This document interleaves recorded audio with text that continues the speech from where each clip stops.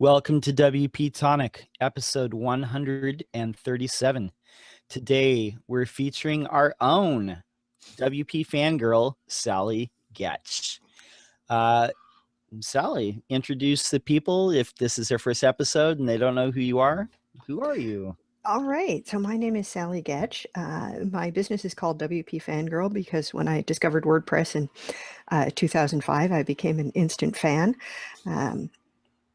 I live in Oakley, California, and work as a WordPress consultant, and I'm the organizer of the East Bay WordPress Meetup. Very good. And I want to introduce my co-host, Jonathan Denwood. Jonathan, let everyone know who you are.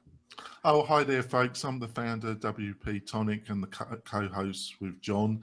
WP-Tonic has a commercial side, folks. We, if you're looking for a theme or you've got a mock-up and you want it turned into a WordPress theme, we're here to help you.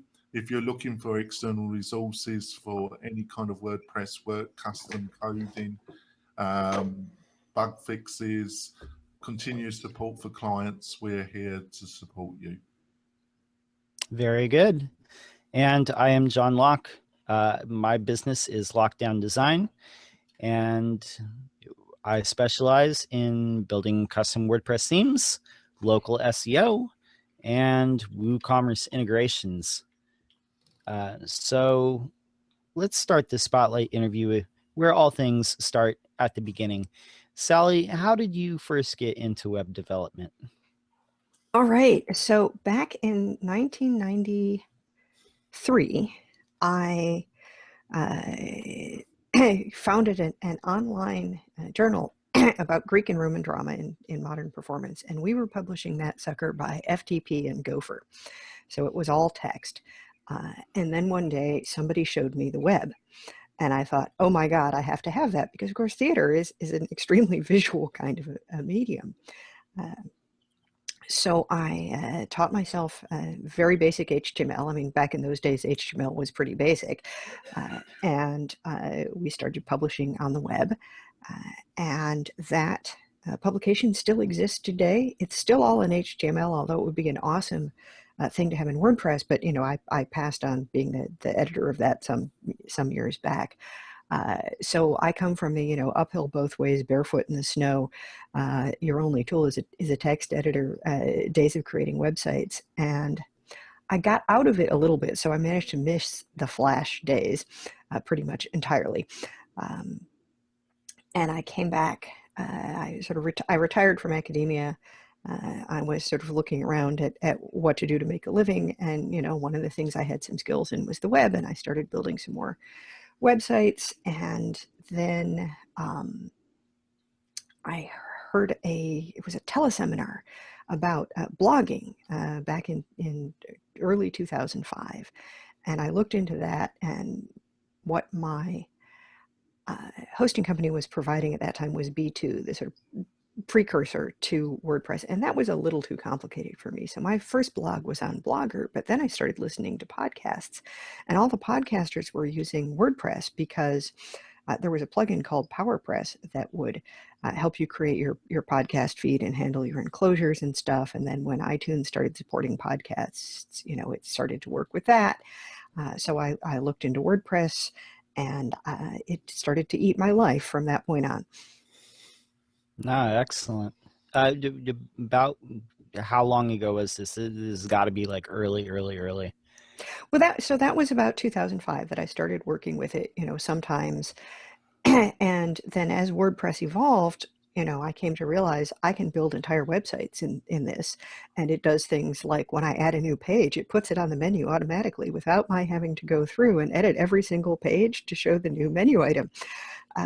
So, you know, that was pretty exciting. And, you know, then by about 2010, you know, we got custom post types and drag and drop menus and a lot of things that just made it possible to, you know, that made WordPress into a real content management system. And so, you know, by about 2009, I think I was building, almost all my business had switched over to WordPress. You know, I really haven't looked back. Most definitely. So how did you get involved with the East Bay WordPress Meetup group? All right, so at the time, I was living in El Cerrito, California, which is a little bit north of Berkeley. And I went to a couple of meetings of the San Francisco WordPress Meetup, and somebody mentioned, they've started one in the East Bay. So I checked on meetup.com, and sure enough, there was this meetup, and it was in Alameda at the time on a Sunday afternoon, and it was like maybe the second meeting that I went to. And being one of those people who tends to do this, I ended up, becoming first assistant organizer, and finally the sole organizer when the original creator of the meetup moved back to LA. And by that time, we were meeting regularly at a co-working space in Oakland called Tech Liminal. You've had the owner, Anka Moshoyu, on this show before. So we kept meeting every third Sunday, and it grew and grew. Our individual meetings are not necessarily huge. It might be, 10 people, 15 people, 20 people. We've had a few meetings where there were, folks sitting on the floor because it was that full. And when I moved out to the Delta in 2011, after I got married, I didn't want to stop being involved with that meetup. So I just commute across the hills on the third Sunday of the month to Oakland. It's about a 45-minute drive. Wow, dedication. What's the biggest thing that what are the biggest things that you've seen change in web design and web development since you got involved until now? Gosh, there's probably more more stuff than I can imagine, and some of which I've just forgotten. But I recently gave a presentation on Flexbox at the Sacramento WordCamp, and I was reflecting back when I first started. There really was like nothing for layout on the web. I'm not sure at what point you started to be able to like align images left and right, but that was about it. And there were some headings, but we didn't have CSS. We didn't have, so there wasn't very much. And then it was like, you did layouts with frames, and then frames are bad. You should do layouts with tables, and then tables are not accessible. You should do layouts with floats. And that's just, one little aspect. Plus, of course, people started developing things like, there was Flash. Let's not talk about Flash. And JavaScript and jQuery. And so, the web became a much more sophisticated and interactive place. And more people, when I started working with the web, it was mostly like academic institutions that had websites, and a few other places. And then it started to be like a really big deal. Like if your grocery store suddenly had a website, and, commercial, there started to be commercial web, but it was still pretty unusual. And now, of course, if you don't have a website, you pretty much don't exist. So, huge things have changed. It's not as though I have mastered all of the technology involved. I am dreadful at JavaScript and jQuery. I can sort of fumble my way around through adapting stuff, but I really need to sit down and learn it. And I didn't know PHP when I got into WordPress, and it just was, and I resisted learning it for a long time. But finally it was sort of like, this is stupid. All of this kind of banging my head against the trial and error of the copy paste coding is just taking up a lot of time that I could be putting to better use if I just sat down and spent a little time understanding more about how this stuff works. Were you ever involved in the web standards movement? Do you remember that at all? I remember it. I was not directly involved in it, but there was this big issue about the Internet Explorer not playing well with the web standards, and the fact that stuff wasn't consistent. And still to this day, web browsers are not entirely consistent. And let's not even talk about email. My best question from the Flexbox talk was, does this work on email? And like, in your dreams. Exactly. Table still. Do you see things coming full circle now with people putting HTML in JavaScript and all of these things, or are we still addressing the same concerns that we did 10 years ago? I think a lot of them are the same as 10 years ago, and even as 20 years ago. There are certain kind of basic problems of communication, and we have you have a lot more media on the web. I mean, I remember the big multimedia buzzword back in the 90s, and you couldn't put much of that online because almost everybody was connected by dial-up, and a T1 connection was fast, and these days, that's just impossibly slow. You couldn't do it. And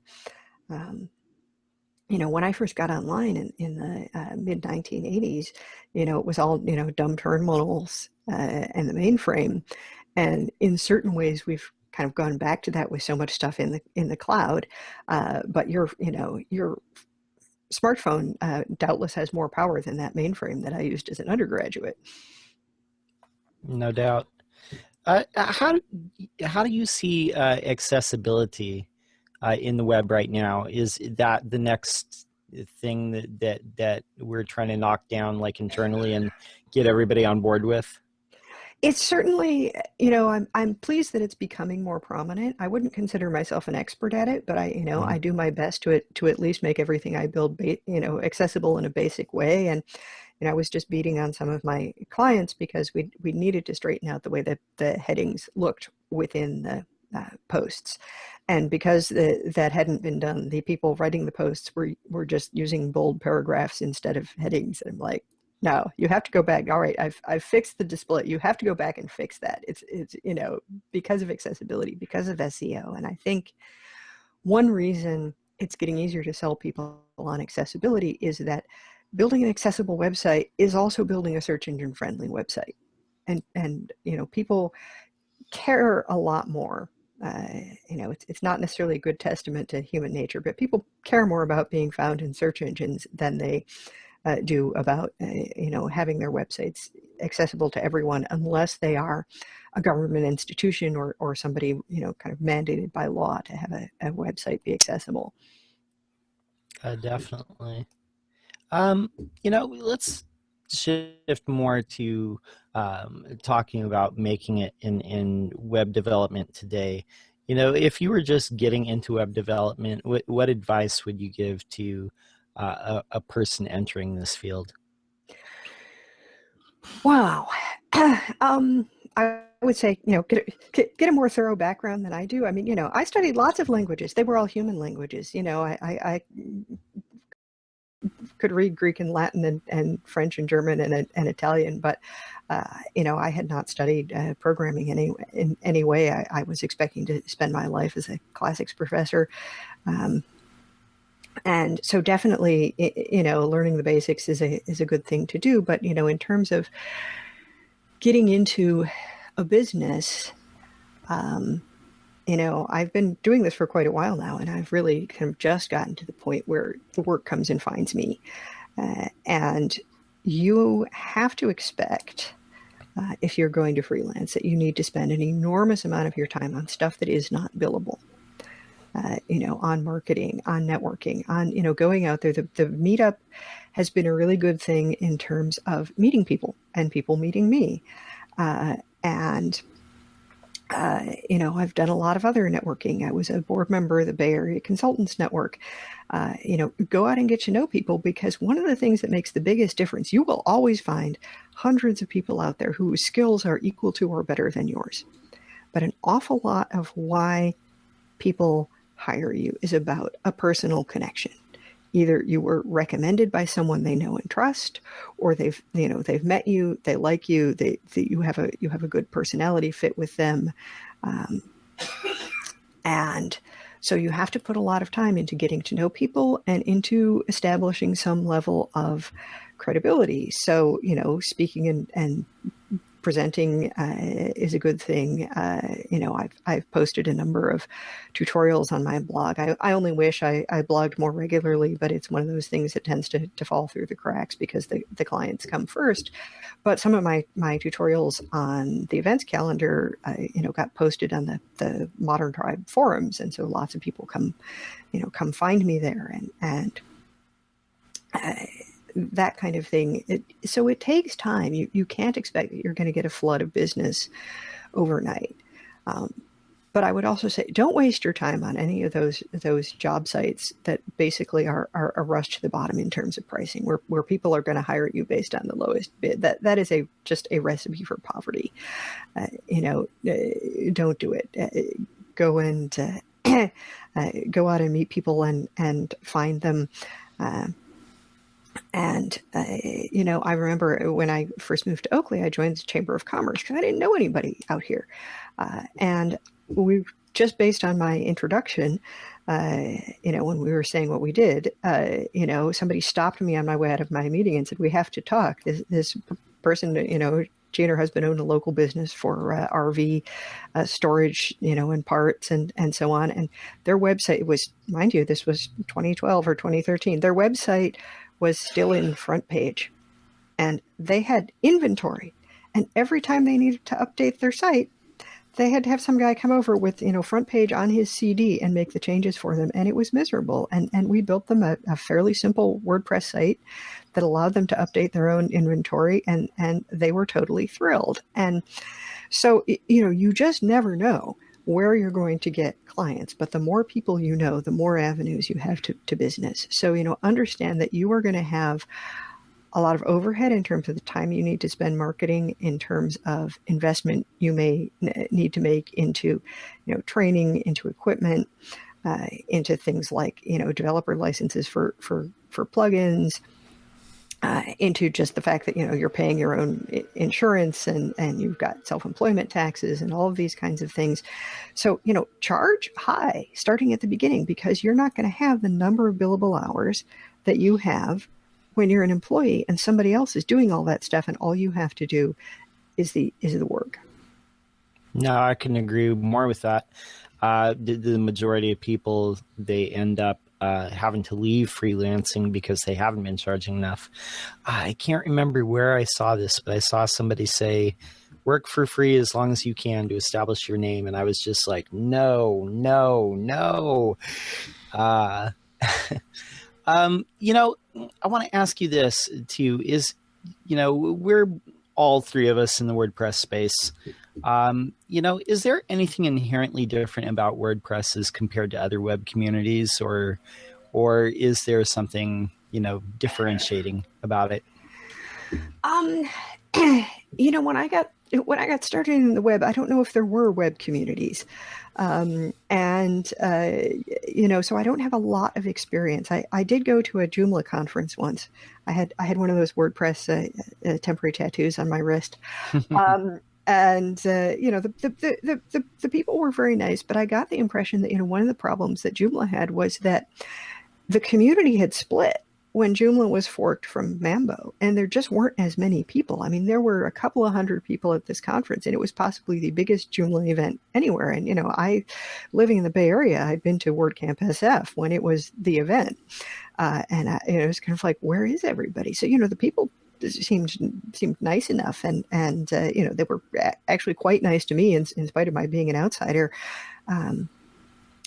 But it wasn't as substantial a group. And, one thing I noticed about WordPress relative to some tech environments I've been in is there's a fairly good proportion of women.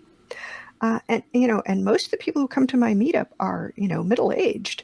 It's not, although, a lot of the core development team is very young, a lot of the people who make a living with WordPress are not kids. And, I don't know how well we do it at being hired in some of the tech companies and startups that, aim for the, you're 20 years old and, you can stay up all night and sleep under your desk and do all this crazy stuff. I suspect not that well. Certainly in the programming world that my husband comes from, and he used to do C++ and C# and .NET, build software that you don't need an internet connection for, and boy, you were ancient by the time you were 30, and I don't see that WordPress is like that, in spite of the fact that Matt Mullenweg is almost young enough to be my child. No, that was something I wanted to ask. To reply to that, actually. I think we should go for our break, John. I think you're right. Okay. We're going to go to our commercial break, and when we come back, we're going to be talking with the WP Fangirl, our own Sallie Goetsch. Buying or selling a home in the greater Reno Tahoe area? I know the best CRS real estate broker, and that's Karen Conrad, and you can find her at KarenConrad.com or call her directly at 775-527-7021.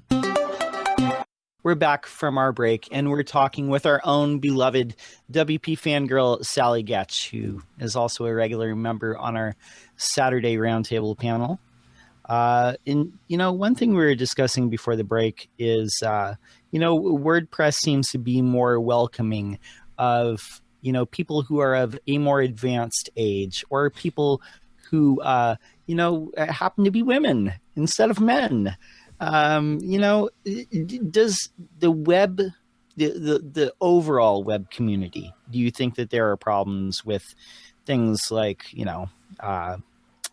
sexism or racism or ageism or ableism or any of these things? I don't think you can possibly dispute the existence of those issues. I remember seeing a wonderful demonstration about harassment and how, even if men and women do the same amount of, making inappropriate remarks to members of the opposite sex or members of the same sex, depending on their preferences, in a company that has, 4 times as many men as women, the women will be on the receiving end more often. Even if the percentage of them of men and women who are behaving badly is the same, just because you have so much smaller a number. And so you're, when you are dramatically in a minority, you are gonna suffer. And I know entirely too many women who have suffered, terrible, hate attacks on Twitter or other kinds of things. I've been very fortunate. I haven't had to deal with too much of that, or with the, with potential clients, thinking that I'm not competent, just by virtue of the fact that I'm female. I've certainly run into to mansplaining and other kinds of things, but kind of less in a way than I would have expected. And I think part of it, classics is also a relatively male-dominated profession. And I remember when I was young and I was first invited to an overseas conference to speak, and I got introduced to someone, actually a female professor, who was, substantially older than I was and quite well established. And she said, "Oh, are you the secretary?" And I certainly ran into, a lot of occasions where it was assumed that I was the person who was there to make the coffee. And that was annoying. But, as I got older, that tended to happen less and less. And, I live in the Bay Area, which is a relatively progressive place. I mean, not so much out here in Oakley, which is basically the Midwest with palm trees. But even so, it's been less of an issue for me. And I'm not sure, why I've been spared. What I've, heard of some people going through, I'm glad of that. I think it is one of the many reasons that I like being self-employed, is that I don't have to worry about, being discriminated against in the workplace, since it's just me. And I don't have to work with clients who would, treat me that way. That's great. And Jonathan? Yeah, you don't want me asking, Sallie, why did you decide to get out of academia and, Oh, well, that was pretty easy, actually. I got sick in 1992.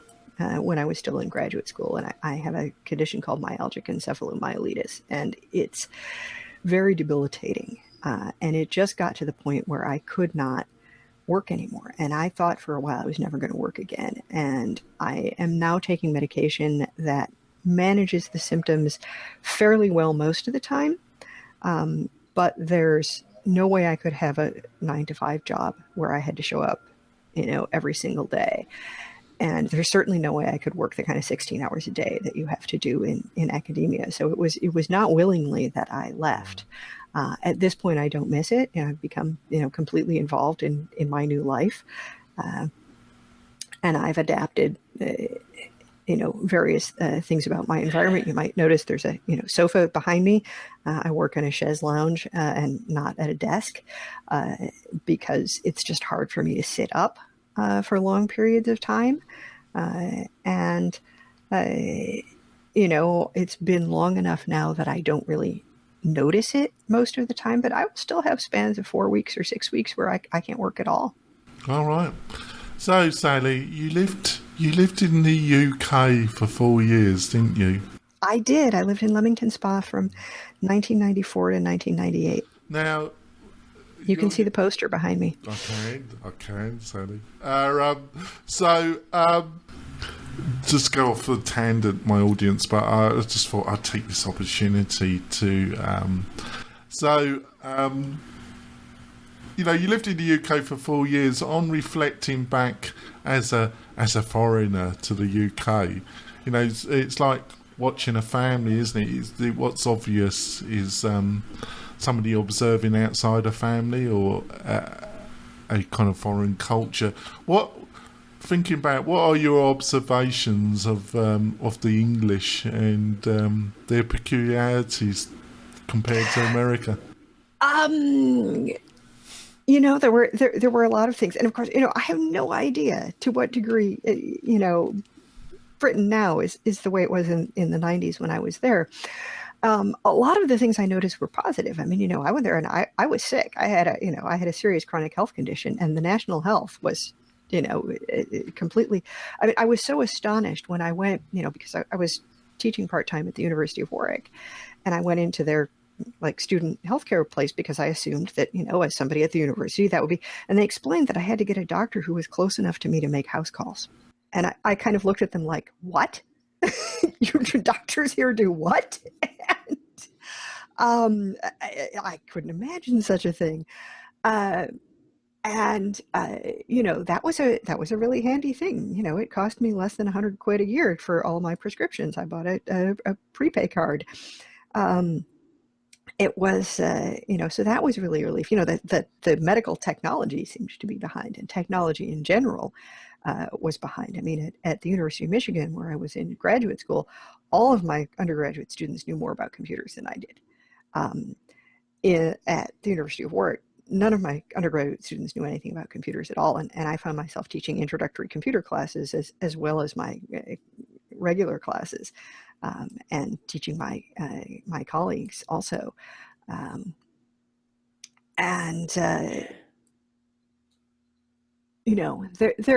are various things you notice. The British habit of queuing. We love queuing.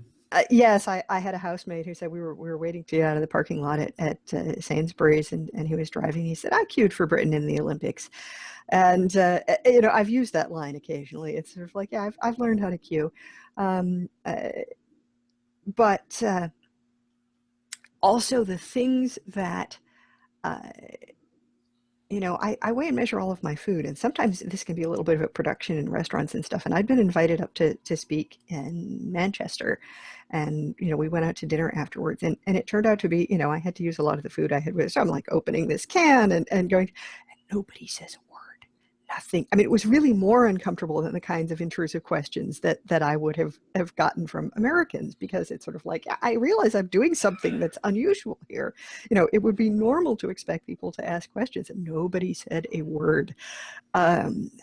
So there are those kinds of little little differences. No, we never ask. We never ask. We observe, but we never ask. Yes, and yet at the same time, I would notice that people had absolutely, no problem calling a spade a bloody shovel. My neighbor at the first place that I rented in Leamington described my landlord as tighter than a duck's bum. Which was absolutely true. He was extremely tight-fisted. I've encountered one or two landlords like that since then, but fortunately not my current landlord, who is great. Well, I'm sorry, folks. This is the WP-Tonic show, not the UK tourist podcast broadcast. But I just thought I would ask Sally that she's observed both cultures. So, but did you ever get used to the weather, Sally?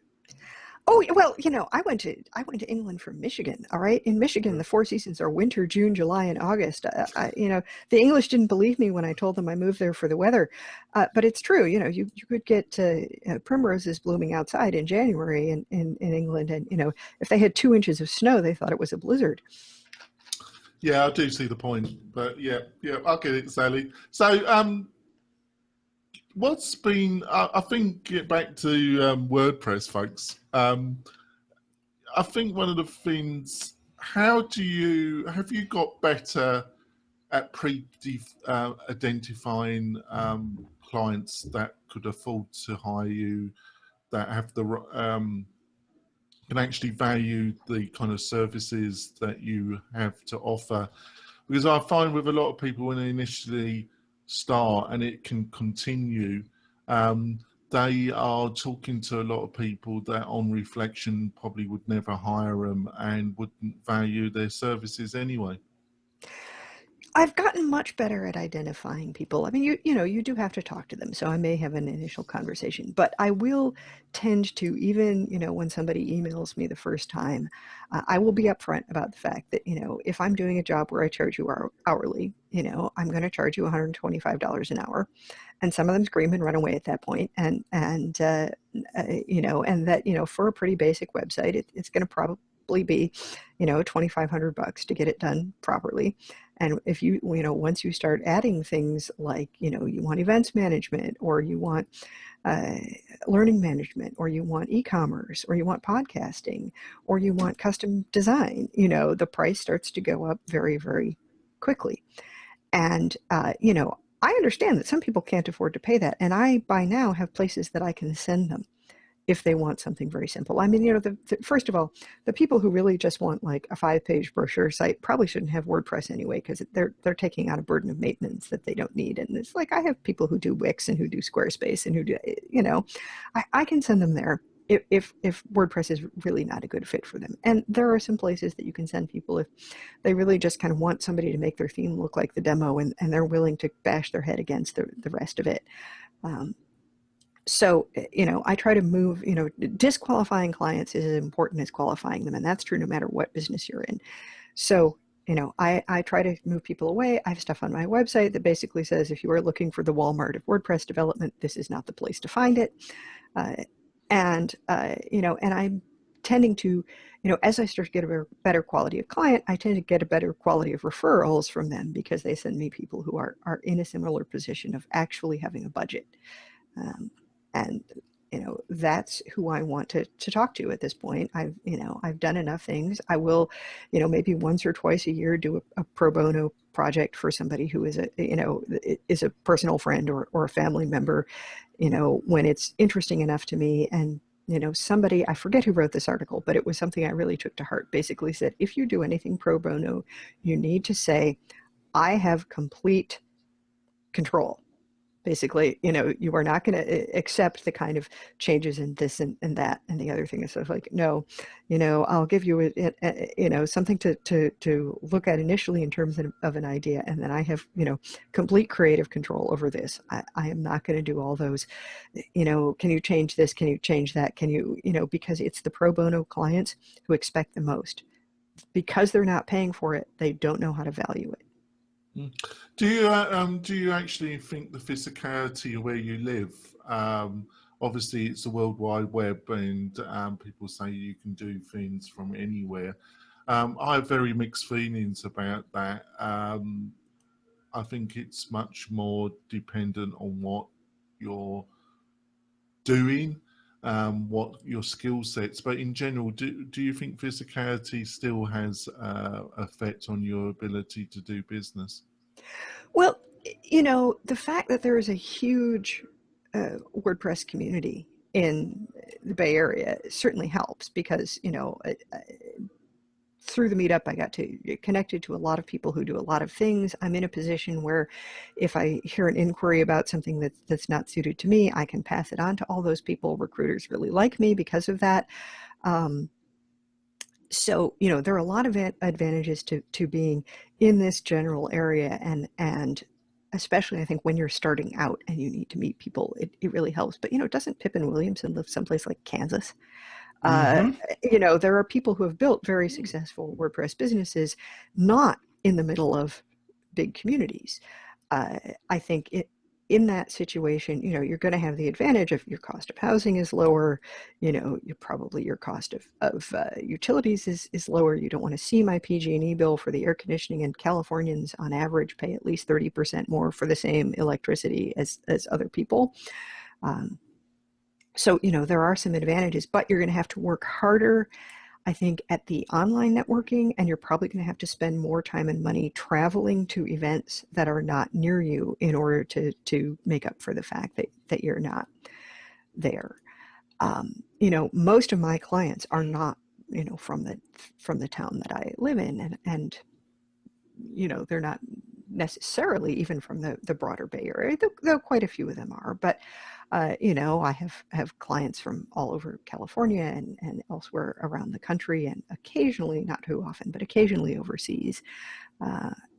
So you know, you don't have to live in a specific place, but I think it really helps a lot to you know, to have an environment where you can meet people in person and get to know them and help to, you know, understand your skills and get yourself integrated in the community. You know, the fact that, you know, that WordCamp SF was, you know, within driving distance of me, and I went there every year from you know, 2009 to 2014. You know, it allowed me to meet, you know, people who are you know, who are somebody in the community, and you know, get to know them in a way that I wouldn't have otherwise, and you know, making those connections is really valuable. So do you actually think San Francisco, obviously the decision to move WordCamp USA to different locations, but do you think at some stage there will be a yearly San Francisco WordCamp? we're certainly hoping. The organizer of the SF meetup is very keen on that, and you know, we've had some conversations. Anka and I have, you know, had conversations for years about, you know, doing an East Bay WordCamp, even before WCSF was no more. Putting on a WordCamp is not a small thing, and I think because of what WCSF used to be, there are some high expectations and high ambitions among those people. You know, I think that if I were going to think about doing a WordCamp, you know, in Oakland or somewhere around there, I would want to do what the Sacramento people did and start small. You know, so as not to mess it up, and then grow from there. I understand the decision to rotate the location of WordCamp US. That's something that other organizations do. Certainly the Professional Association for Classicists rotates its conference every year, you know, East, West, Midwest. I went to one in Chicago and one that was in Washington, D.C., and they were both like right between Christmas and New Year's. So, you know, Chicago at that time of year, not pretty. But you know, and I'm not going to go to Philadelphia in December. Hello. But you know, lots of people do. But you know, I moved to warm places for a reason. And so mostly I've gone to WordCamps that are, you know, within driving distance. Well, it's not exactly that, Sally. I had the misfortune to fly back to UK in December, just before Christmas. And I had the fortunate experience of actually living in Chicago Airport for slightly 2.5 days. Oh dear. Because the airport was totally frozen in, basically. And that was a joyous experience, actually, Sally, roaming Chicago Airport. O'Hare, I presume, if you were Yeah, going on an exactly. international flight. Yes. There was not a hotel room to be had in any kind of affordable distance at any affordable price. So, I've decided to try and avoid traveling in December by airplane if possible. Yes, there are certainly there are certainly challenges. Not that I necessarily would want to drive across the mountains from Reno to anywhere in the middle of winter. No, that's true as well. It does vary though. So, how do you, to kind of wrap up the actual podcast part of the show, folks? What do you see? What do you see happening in 2017 when it comes to WordPress? Do you think it will continue to grow, remain about the same? Do you see positive movement, or do you see some negative things as well? Well, there are always going to be some negative things, and we've talked about them on the panel various times. I think WordPress will continue to grow. I think it will start to grow in some interesting and different directions as the REST API evolves, but I think in general it will start to grow. I don't actually think it would be a good thing for WordPress to completely dominate the internet. I think that that is when you become stagnant because you don't need to bother. And yeah, it's good to have some healthy competition, and it keeps you on your toes. So I would, I would not be all that happy if even 50% seems like a lot. More than 50%, I think, would spell the beginning of a downhill slide. And then you get to be that product where something else comes along. I mean, look at the inroads that Sketch is making on Photoshop. Once you are the behemoth, there just start to be problems. But I think WordPress will continue to grow. I think it may eventually have to decide what it is. I don't know whether we're going to get a split at some point between the WordPress.com trying to make it a easy for everybody version and the developers WordPress. It's something, this is one of the challenges WordPress has, is to try to serve both of those groups. I think there are some possibilities for that if we can get the editor stuff handled. WordPress does not have a good editor. It does not have any kind of consistent or reliable front-end editing experience, and the REST API may make a lot of things like that possible. I mean, kind of the first test of it was the Calypso app, which is definitely a nice environment to work in if you're only doing pages and posts, which is not true for most of my clients, because the custom post types are one of the great strengths of WordPress, and of any serious content management system. You have to be able to do that. And so, are you going to then code your entire new admin yourself for those clients? That brings up the cost of the project a lot. And then you're looking at something that's a lot more like Drupal, where you basically have to build the admin as well as building the. I'm reasonably optimistic, and that's unusual coming from me. But I'm call the weather and see if hell is frozen over. Yeah, there you go. I just think if the front end editor could be sorted out, I also think the media library needs some substantial improvement and updating. And there's there's some elements of WordPress where I think they've gone the slightly wrong route, but that would be arguable. I think the actual the news about the Restless is really good news, not just only because on the technology side, that actually something that a lot of people spent a lot of time on that seemed to be drifting was finally put into core, and the matter it will still be developed out continuously, but it's now part of core. The result was finalized. I think it's a really good news and a good result. Would you agree with that, Sallie? I would. It's, I'm not somebody who works with APIs directly a lot, but it's clear that they're important. Back when I lived on the other side of town, I used to go to the SF New Tech Meetup, which was basically a chance for a handful of startups to kind of pitch their business. They had like 10 minutes, 5 minutes to talk, 5 minutes for questions. There would be a number of venture capitalists in the audience. It was always packed, and the two questions that were always asked were, what's your business model, and do you have an API? Yeah. It's clear that this is really important. Well, I think we need to wrap it up, John, and have for the podcast and have some bonus content for about 10 minutes. What do you reckon, John? I think that's a great idea. So Sallie, how do we find you? You can find me at WPFangirl.com, which is easier to spell than my name. But if you can spell my name, you can find me anywhere on the internet. I am unique in Google. Jonathan, how do we get a hold of you? Oh, it's quite easy, folks. You can either email me at jonathan@wp-tonic.com.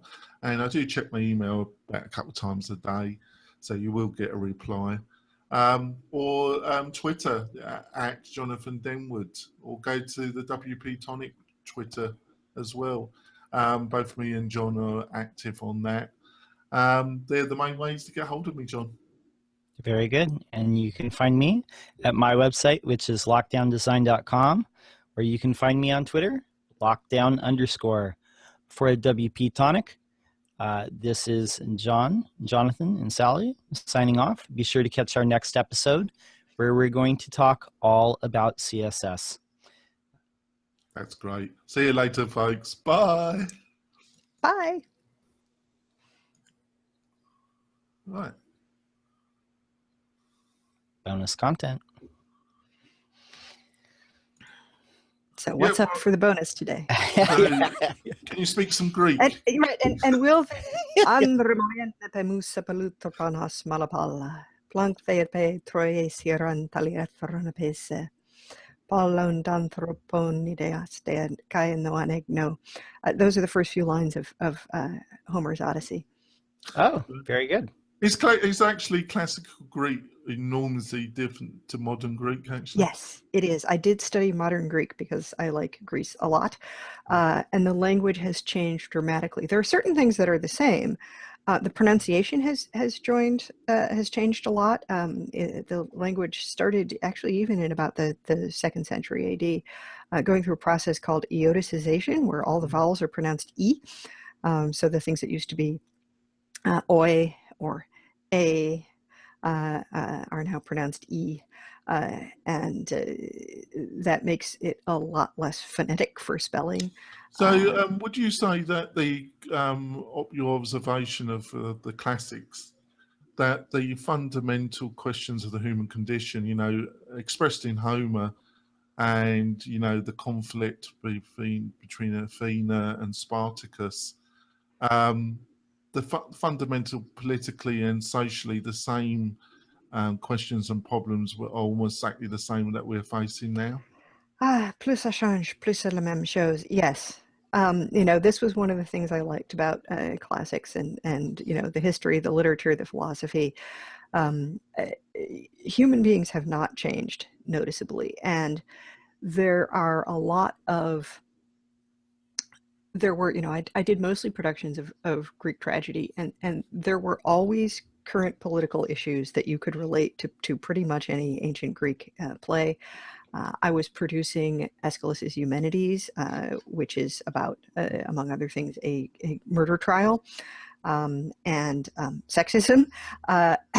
And at the same time as the Clarence Thomas appointment hearings and Anita Hill and that whole issue. So, there's just always something that ties back into the main themes that, what doesn't age as well necessarily is the comedies of Aristophanes, which were kind of like the Saturday Night Live or Spitting Image of their time. So they were always super hyper topical to what was going on, and to you have to kind of update the jokes and tie in current politics in order for them to still be funny in the same way. But the basic behavior of human beings is not noticeably different. Yeah, I don't. This is the bonus content, folks. So I'm just going to take the opportunity to ask Sallie anything I want, folks. You have to lump it, won't you?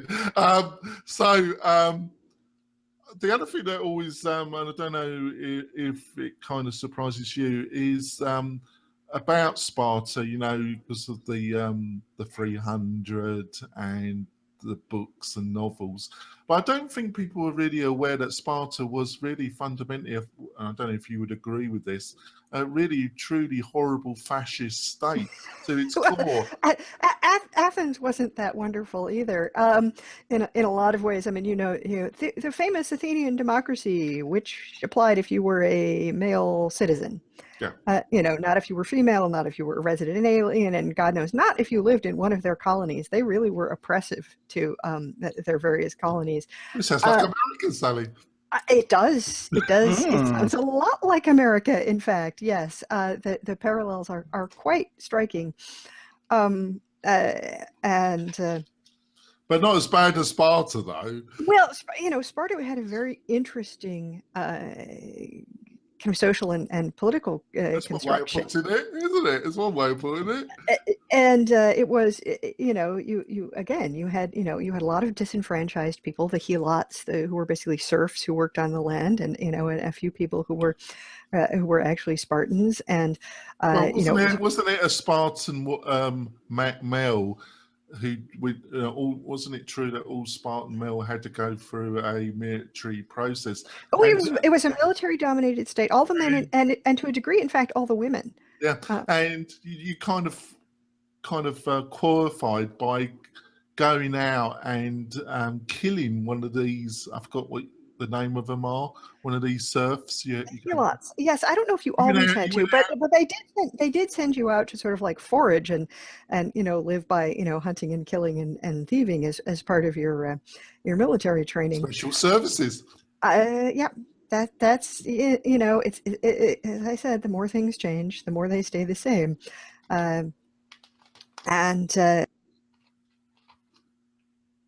We silenced her, John. I hit the mute button by accident. The Athenians were not fighting the Spartans out of any kind of principle of our form of government versus their form of government. It was completely about land and power. Well, am I not correct to say that Athenia actually started the wars against Sparta? Mostly, yeah. Or they did those things, the things that have been done in American history where, you manage to like provoke somebody into something so you can say they started it, but, they really didn't. They were not, Americans have a sort of rosy picture of a lot of this stuff. And of course, historical movies are never very historically accurate. They're playing into whatever is popular at the time and the current ideals, and they get rewritten and adapted, and so yeah, don't expect that anything that you see in a movie with Brad Pitt or whoever is going to reflect history in any way. It reflects the biases of the people making the movie, basically. Yeah, but to finish off though, Sallie, would you say it's still? I would say that it's still the echoes of Greek culture, and would you say that, in your opinion, that Greek culture and history still is surprisingly relevant to modern culture, and its echoes are still substantial? Well, absolutely. I mean, both the Greeks and the Romans had a lot of influence on Western Europe, and a lot of influence. There was in the 19th century, there was a huge push throughout Europe of, to recover historical sites, to study Greek and Latin literature. It was the great age of pillage. Let's go into Greece and Turkey and Italy and transfer. The Germans were wonderful at this. Let's take this entire temple and bring it home and put it in a museum. Oh, the marbles. And right, the Elgin marbles in England. I think we're being the biggest most effective robbers the world has ever seen. Well, the Brits did a lot, but the Germans were really impressive. Yes, I mean, I remember going on a tour of classical sites in Turkey, and it's like, yeah, well, you can't see this temple because it's in Berlin. But here's where it used to be. And yeah, if you go to the museums in Berlin, it's quite jaw-dropping. It's like, and here is the Ishtar Temple of Babylon. And these various things. And like nobody was in a position to stop them. And there've been political disputes about it for a long time. But that, went into the culture of particularly the upper classes and the universities, which were mostly restricted to the upper classes and until very recently, and into the foundation of the United States, although, democracy in the U.S. also owes a debt to American Indians, to the way the Cherokee Nation ran itself, to those kinds of things, which are not necessarily, publicly acknowledged. But so there's still, in this part of the world, strong echoes of that culture, less so likely if you live in, Africa, partly in the Middle East, but not entirely, and not so much in Asia. Those areas all have their own very long traditions of, literature, of architecture, of art, that are valuable there.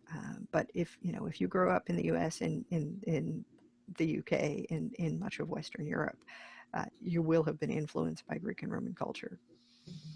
Well, that's WordPress in history. There we go, folks. I think we end it now, but you've been a great guest, Sallie. I thought I'll just ask you some historical questions, and we were very impressed with the classical Greek, Sallie. Right, well, delighted to be here. It's always a good time being on WP-Tonic. Right, well, we're going to stop it now. See you later, folks.